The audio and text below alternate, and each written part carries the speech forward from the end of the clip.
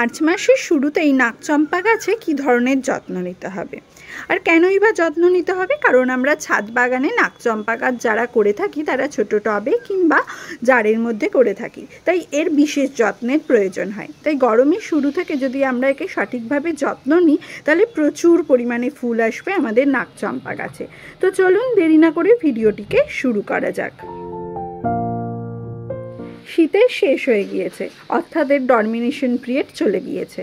এই সময় আমাদের নাকচম্পা গাছে যদি আমরা সঠিক কেয়ার করি, নাকচম্পা গাছ খুব সুন্দরভাবে আবার গ্রোথ নেবে। তো নাকচম্পা গাছে এই সময় থেকে আস্তে আস্তে কচি পাতা বেরোনো শুরু করেছে। দেখুন এখানে কচি পাতা বেরোনো শুরু করেছে। তো কিন্তু এই নাকচম্পা গাছের একটু বিশেষ কেয়ার করলে প্রচুর পরিমাণে আমরা কিন্তু সারা গরম জুড়ে ফুল পেয়ে যাই। তো প্রথমত দেখুন এই হলুদ পাতাগুলোকে আমাদের ফেলে দিতে হবে। এইভাবে টানলেই কিন্তু হলুদ পাতা খসে যাবে। কারণ নিজে ঝরানোর থেকে নিজেরাই আমরা হলুদ পাতাটাকে ফেলে দেওয়া সব থেকে ভালো। তো প্রথমে আমি হলুদ পাতাগুলোকে পরিষ্কার করে দিচ্ছি এবং তার সঙ্গে বলি, এই যে শীতের সময় থেকে গাছটি পড়ে থাকে, গাছের গোড়া পরিষ্কার করে দেওয়াটা খুবই দরকারি। গাছের গোড়ায় প্রচুর রকম আগাছার জন্ম নেয় এই সময়, তাই এই গাছের গোড়াটাকে সুন্দরভাবে পরিষ্কার রাখাটা আমাদের প্রথম কাজ। এইভাবে গাছের পাতা ফেলে দেওয়া, গাছের গোড়া পরিষ্কার রাখা খুবই জরুরি একটি কাজ। তো চলুন, আমি গাছের গোড়াটা আমার পরিষ্কারই রয়েছে, কিন্তু তারপরেও যে ছোট ছোট গাছগুলি বেরিয়েছে, বিশেষত এর মধ্যে রয়েছে নয়নতারা গাছের চারা, কিন্তু আমি সবগুলিকেই পরিষ্কার করে দিই। প্রথমে আগে পরিষ্কার করে নেওয়া যাক। গোড়াটা আমার পরিষ্কার করা হয়ে গিয়েছে।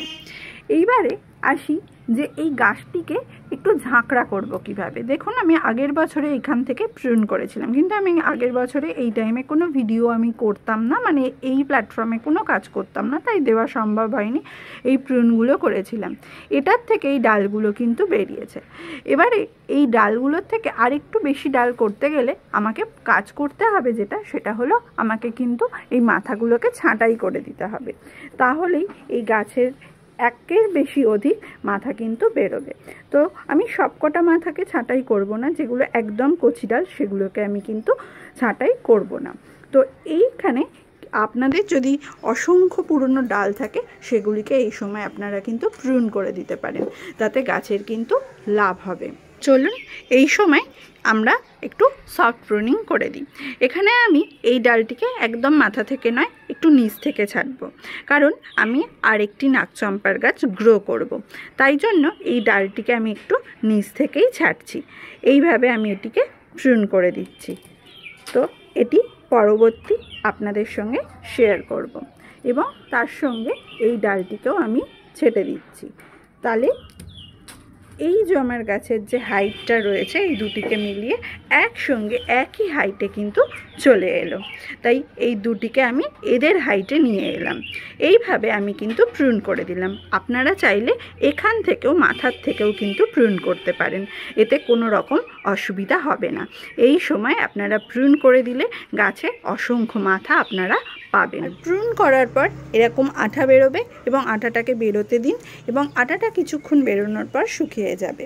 তারপরই আপনারা ফাঙ্গিসাইড কিংবা ঘরে থাকা হলুদ অবশ্যই এই কাটা অংশে লাগিয়ে দেবেন, যাতে কোনো রকম কীটনাশক সমস্যা যাতে এর না হয়ে থাকে। এবারে যেটা করতে হবে সেটা হলো আমাদের এই গাছের গোড়াটাকে হালকা করে খুঁড়ে নিতে হবে, যাতে কি হবে, গাছে অক্সিজেন চলাচলে সুবিধা হবে এবং তার সঙ্গে আমরা এই গাছের গোড়ায় কিছু খাবার প্রয়োগ করব, যাতে গাছটির এতদিনের ডরমিনেটেড পিরিয়ড থেকে বেরোনোর পর যাতে খাবার পায় এবং গাছটি যাতে আরও সুস্থভাবে বেড়ে উঠতে পারে। তো চলুন গাছের গোড়াটাকে আমি হালকা করে একটু খুঁড়ে, এখন আমি গোড়াটায় হালকা করে খুঁড়ে নিয়েছি এবং প্রচুর পরিমাণে শিকড় ওপরের দিকে রয়েছে। যেহেতু এই গাছটি বড় জাতের গাছ, তাই এর শিকড় কিন্তু ওপরের দিকে চলে এসছে। তো এই গোড়া খুঁড়ে নেওয়াতে যে শিকড় ছিঁড়লে তাতে কোনো ভয়ের কিছু নেই, কিন্তু এই হালকা শিকড় ছেড়ায় গাছের কোনো ক্ষতি হয় না। তো এই মাটিগুলোকে আমি গোড়ার দিকে জড়ো করে নিচ্ছি। তো আপনারাও খুঁড়ে নেওয়ার পর এটাকে গোড়ার দিকে জড়ো করে নেবেন, যাতে এই গাছে খাবার দিতে আপনাদের সুবিধা হয়। তো চলুন এইটিকে পুরো একেবারে গোড়ার কাছে জড়ো করে নিই।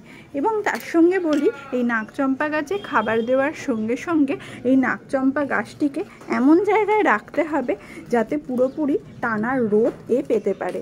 তাতে কিন্তু গাছের ভীষণভাবে লাভ হবে, কারণ এই প্লুমেরিয়া জাতের যেসব গাছ আছে তারা কিন্তু রোদ্দুর ভীষণভাবে পছন্দ করে। তাই এই গাছকে এমন জায়গায় রাখবেন যাতে টানা রোদ এর গায়ে অতি অবশ্যই পড়ে। তাতে গাছ ভীষণ হেলদি থাকবে। এবং গাছের গোড়ায় বুঝে জল দিতে হবে। এই গাছে অতিরিক্ত পরিমাণে জল দেবেন না, তাতে গাছের ক্ষতি হয়ে যাবে। তাই ব্যালেন্স ওয়াটারিং করবেন, অর্থাৎ গাছের গোড়ায় যদি মাটি দেখেন শুকনো হয়ে গেছে, তার একদিন পর জল দিলেও এই গাছের কোনো ক্ষতি হয় না। তো এইভাবে আপনারা বুঝে গাছের গোড়ায় জল দেবেন এবং সঠিক সূর্যালোকে রাখবেন, তাহলেই দেখবেন আপনাদের গাছ খুব হেলদি থাকছে এবং সুন্দর থাকছে। তো চলুন, এই গাছের গোড়ার মাটিটাকে এক জায়গায় আমি জড়ো করে ফেলেছি।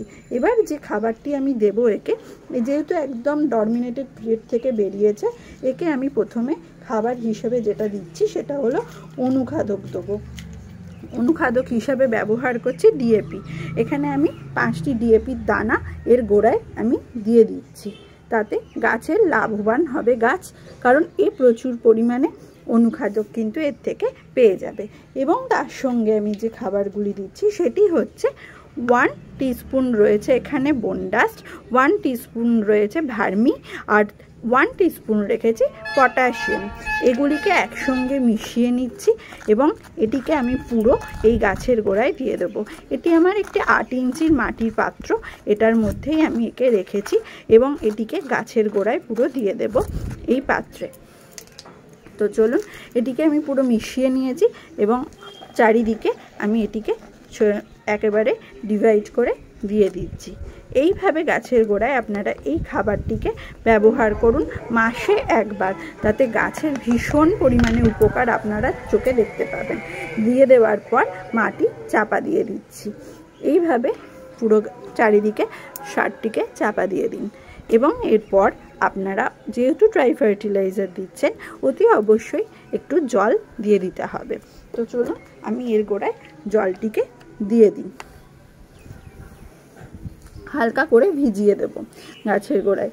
এবং এই খাবারটি দেওয়ায় গাছের ভীষণভাবে উপকার হবে, তাতে গাছ ভীষণভাবে হেলদি হবে এবং গাছের প্রচুর পরিমাণে কুড়িও আসবে।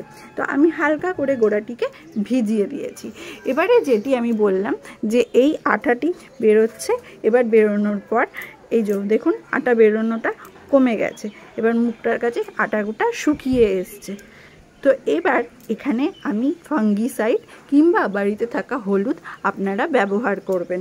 এখানে আমি ফাঙ্গিসাইড হিসাবে আমি ব্যবহার করছি হলুদের। এইভাবে আমি এখানে হলুদটা দিয়ে দিচ্ছি যাতে কোনোভাবে গাছের কোনো ক্ষতি না হয়।